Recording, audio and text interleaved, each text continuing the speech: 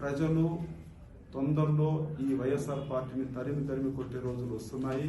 ఈ జగన్మోహన్ రెడ్డి సిద్ధం అని పెట్టుకున్నాడు. నాకు తెలిసి దేనికి సిద్ధమో నాకు తెలియదా, దేనికి సిద్ధమో నాకు తెలియదా.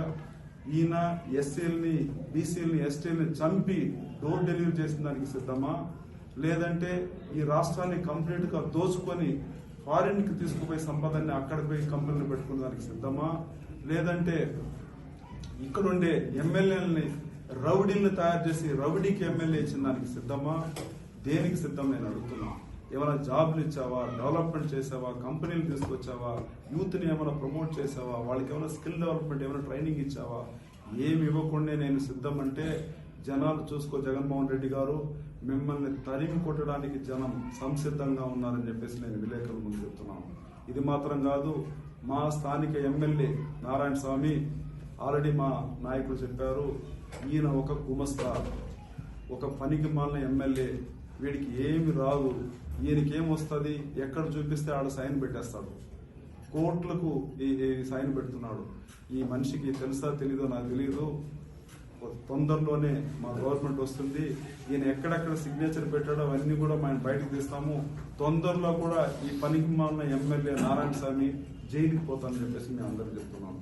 కాబట్టి గుర్తుపెట్టుకోండి, మమ్మల్ని భయపడిస్తే మేము భయపడము, మమ్మల్ని అడ్డుకుంటే మేమేం తగ్గే ప్రసక్తే ఉండదు.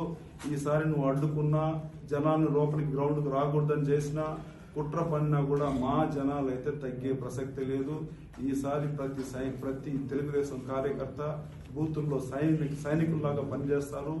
ఈసారి అన్ని నియోజకవర్గంలో ఎన్నడూ చూడని స్పందన ఉంది. కాబట్టి అన్ని నియోజకవర్గంలో కూడా తెలుగుదేశం పార్టీ క్లీన్ స్వీప్ కొడుతుందని చెప్పేసి మీ విలేకరులకు చెప్తున్నాను.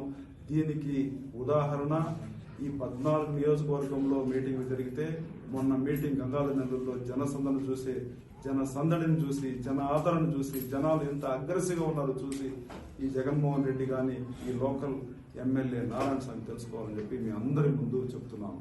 దీనికి సహకరించిన ప్రతి తెలుగుదేశం నాయకులు, సీనియర్ నాయకులు, అదేవిధంగా సీనియర్ ఎక్స్ ఎమ్మెల్యేలు, అదేవిధంగా ఎక్స్ ఎంపీలు, అదేవిధంగా ఉండే 6 మండల అధ్యక్షులు, గ్రామ స్థాయిలో ఉండే తెలుగుదేశం వివిధ పోస్టింగ్ లో ఉండే ప్రతి ఒక్కరికి కూడా